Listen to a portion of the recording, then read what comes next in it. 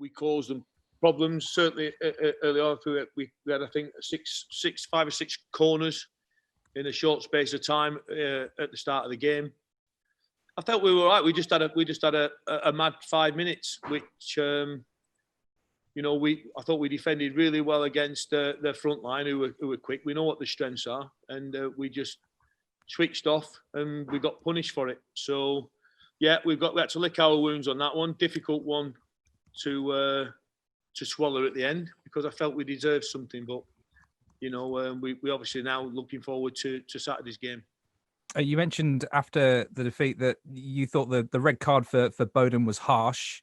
Yeah. Was there ever a thought of appealing it? Have the club looked into that? No, I didn't really see it. All I was going off after the game was what he said. When he came off, he said, "I never touched him." So I think the goalkeeper overreacted, which was part of the problem. But when I look at it again, I think he appealed it. I think he does catch him. But they're not. The ball was at a 45-degree angle, so both players were going sideways. It's not as if the goalkeeper's come out and he slid right into him. They're both sliding sideways for the ball, but ball does catch him. So I don't think there's any point, because I'm not sure it'll get overturned anyway. So we'll miss him. Yeah, well, it would be 3 games, won't it? So I guess the next question is Nathan Tyson and his fitness and his potential return. How's he getting on? Well, it's a little bit slower than we thought. He's done some training today. We just need to see it. With this one, when I speak to the medical department, it's just we have to just see how it day by day. Last week he didn't seem to be far off, and then when we stepped him up, he was just a little bit sore. So we just have to be careful with the reaction that we get from him. So the medical staff are dealing with him. He's trained. He's done some work today. He looked okay. So again, we'll have to see how he is tomorrow. But I have said I don't want to rush him back and have him half fit or 75% fit, and with the possibility of him breaking down again, when we might be have to wait a week or maybe less. And we get him back, and he's confident about the injury he's got. So it's not a huge thing. It's just, with it being in the calf, it's just, he finds it a little bit painful sometimes when he steps it up to just kick through it. So again, we're monitoring him every day. Okay, we'll see how he does. But I just, in terms of Bowden's absence, then I guess it's a big opportunity for someone over the next 3 games to step up and take that place. Yes. Have a look at that. We've, I thought when Luke came on the other day, he's a young lad, but I thought he did all right. I think he'll only get better when he gets, a little bit more opportunities. So, obviously when someone's missing, it opens it up for somebody else. So we'll see what happens on Saturday. One other injury I wanted to catch up on was Hayden Hollis. How's he getting on? Yeah, he's trained today. Aiden's fine, which was good. He was. I think Aiden's one of those. He wanted to be involved on Tuesday, but the right thing to do was to make sure he's right. So he's been out this morning. He's trained well. To be fair to him, so he's ready. You spoke on Tuesday night about the potential for dipping into the transfer market to bolster the squad a little bit further. Has there been any progress in that direction?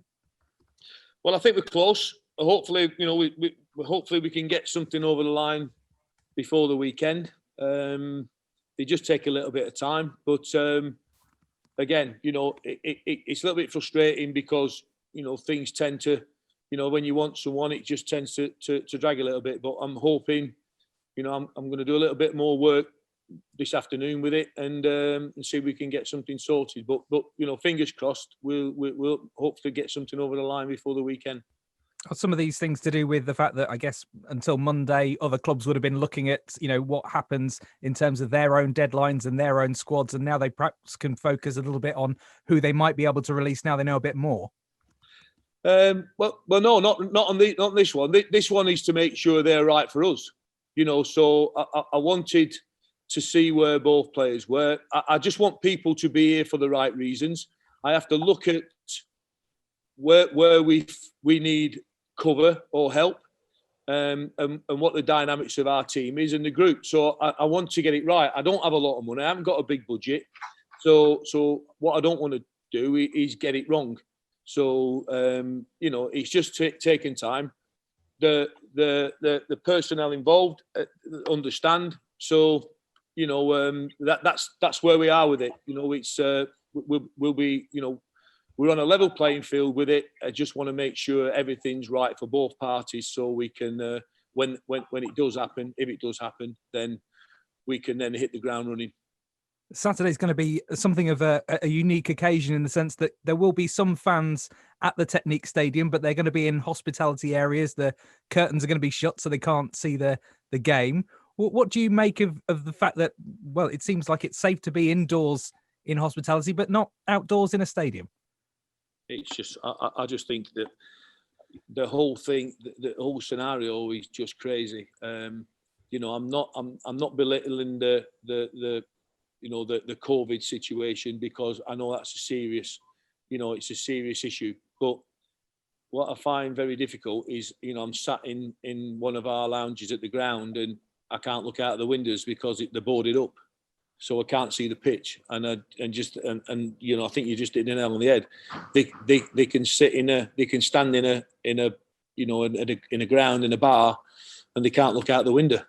It's just crazy. If we can get 150 people or 200 people into a lounge, then just open the door and just let them sit in the stand. We've got enough seats where they'll actually be further apart in the stand and they're outside than they would be in a lounge.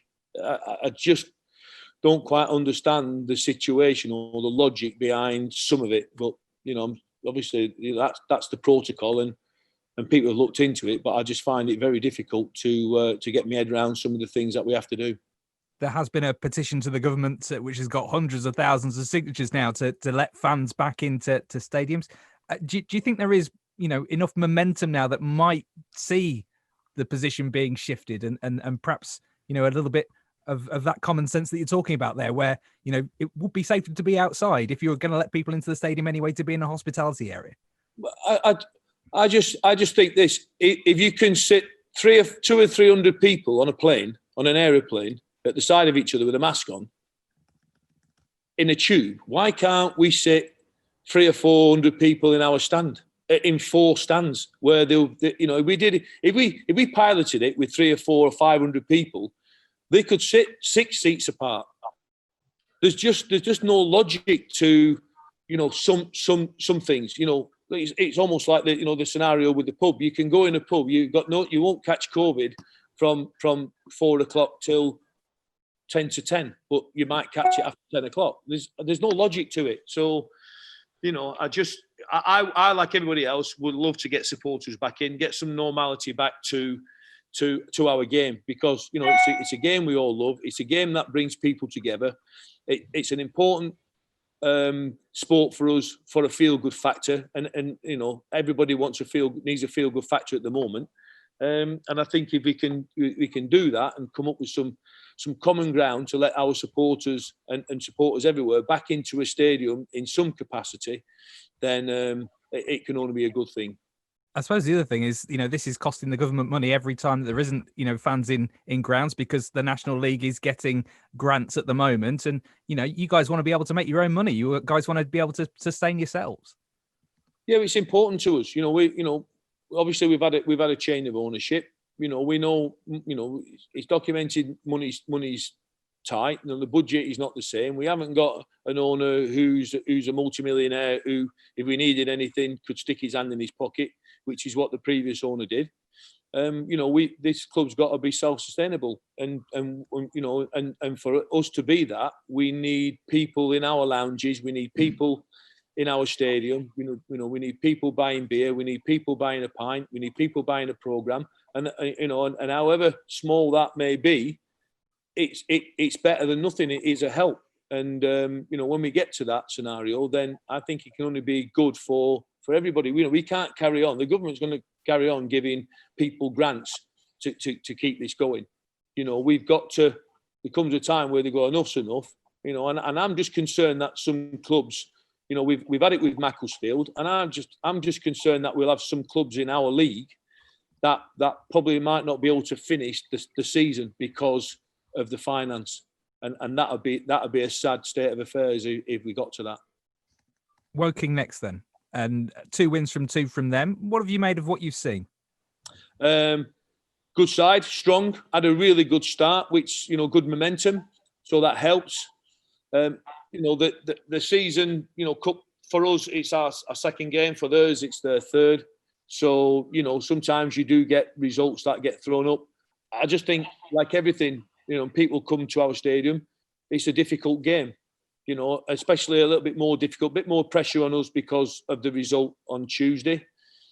Probably a little bit less pressure for them because they've had 2 good results themselves. So they're sitting up there, you know, top of the league or there or thereabouts. So, like everything else at this level, I don't think we've had a game that's been an easy game. Every game that we have is a tough game. And when it comes to the way that the National League is shaping up at the moment, it's, I guess, given it's been 6 months since anyone's had a competitive game, there's only been, you know, a couple of games of everyone that you've been able to see. I guess it's difficult to get a handle really at the moment on who are the strongest sides in the division and who is going to be kind of up there right now. Yeah, I think if we thought before the Hartlepool game that they'd be thereabouts. I think they proved that. I think they've got enough. People see that, you know, they're a good side. They have a lot of pace in their team. I think we will get some unusual results, but you've got half an idea, obviously, with teams that spent money. You know, look at Stockport. Stockport lost the first game, but had a good win the other night. You know, they've spent money. They're going to be thereabouts. So you've got an idea what teams are going to be up and around it, and you know, and Woking. You know, they're a little, like you say, a little bit of an unknown quantity, really. You know, they've had a good start. They've got some good players. They play a certain way which is effective, and you know, we'll see how we go on Saturday. Well, you mentioned some unusual results. One thing that struck me from midweek, just finally, is that of the 22 teams that played in midweek, only 2 of them were able to keep clean sheets. And you mentioned last week the difficulty of pre-season and how players were in and out, and indeed the coaching staff as well. Throughout the National League, has it just been difficult to get structures right? And will we see defences struggling in the early part of the season more generally? I just think that it's this. I've been in football, you know, 40 years. This has been a pre-season that I've never ever, you know, witnessed in my life. You know, the actual, you know, don't forget we had the problem as well that we had a takeover that was going off. So when other teams were actually back training and going through their 2-week bubble of small groups, which is what we had to do, we were still on furlough because we just never had, you know, no one had the finance to pay the players' wages. So we were starting behind everybody else anyway. When we get going, obviously teams then start to play games, and we were then in the 2-week bubble. So we've always been behind. Where, you know, when I plan and work pre-season, I never work that way, you know. So, you know, a lot of it is based around games. So, you know, we would have played Wealdstone on Saturday. I think Wealdstone have had 11 games, you know, but it was called off the game. They've had 11 games and we've had 3. In which, you know, 2 we had to call off because 1, we were in a bubble, we couldn't play the game, and 2, because we had a COVID case. So I've never witnessed anything like it. You know, a player comes in with a sniffle, we have to get him tested. I know it's the same for everybody, but it's the same for everybody until somebody gets a case, and the knock-on effect of someone getting a case of COVID is huge, because then no one can come back in until everybody's tested negative. And that's what's thrown us, really. I'm talking about us now. I can't talk about other clubs, but that's what's thrown us behind. So I was delighted with what we've come through the pre-season and what we've been able to do, of how we performed on Tuesday night against what I consider a really good side who are going to be up there at the end of the season. And we will only get better the more games we play. So you know, with that, will some freak results get thrown up? I think that the fans not being in the stadium will go towards that. I think you've seen it in the Premiership. When would Liverpool ever concede 7 goals against Aston Villa? It's it's just one of those freak results. But teams going somewhere where I know when this place is rocking and our fans are behind everyone, it's a very difficult place to play at our stadium. But at the moment when we've got no supporters, I don't think it's very difficult for the opposition to come and play here. And it's same both ways. But so yeah, the answer to that is the pre-season we've had and the summer we've had. I've never witnessed anything like it in my life. Thanks so much for your time, John. Good luck for Saturday. Thank you. John, if I could just ask you about Curtis Weston, who came off in midweek. How's he? Yeah, he's okay. He's trained today. So he came off. I think just the amount of work he got through. Obviously, he'd been injured.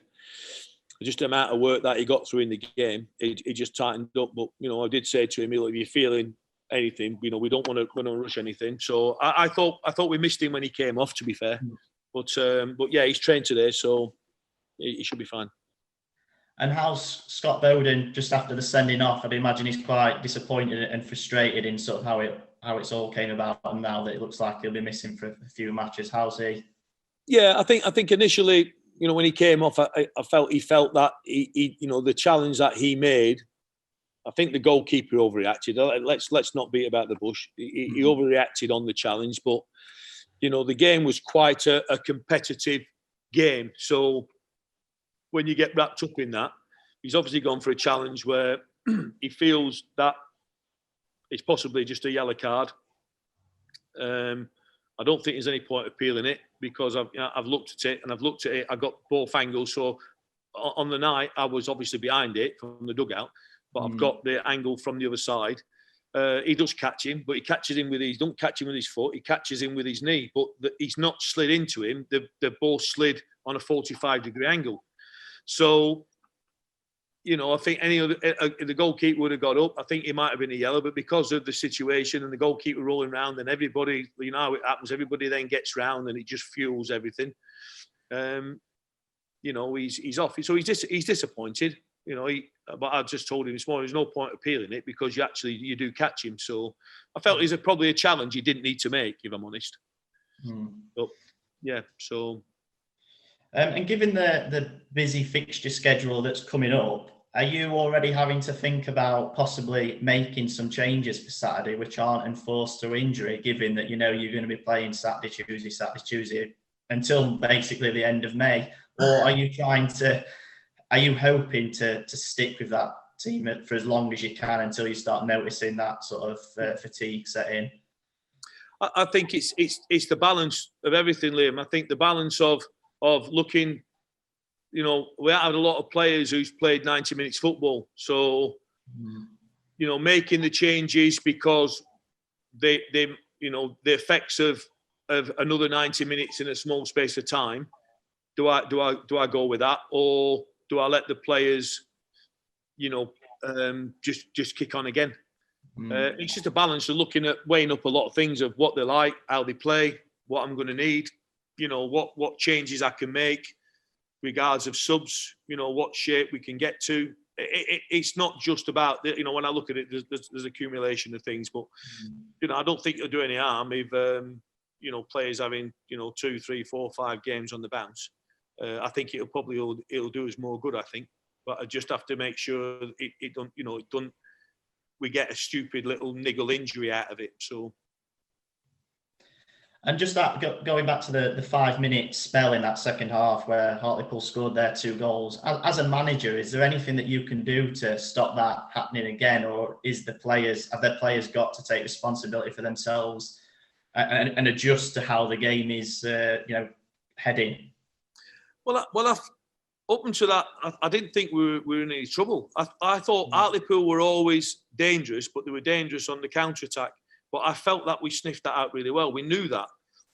But when you've got individual players who have got pace and they've got ability, it comes down to, whoever's dealing with him is to have the concentration and to be able to deal with the problem.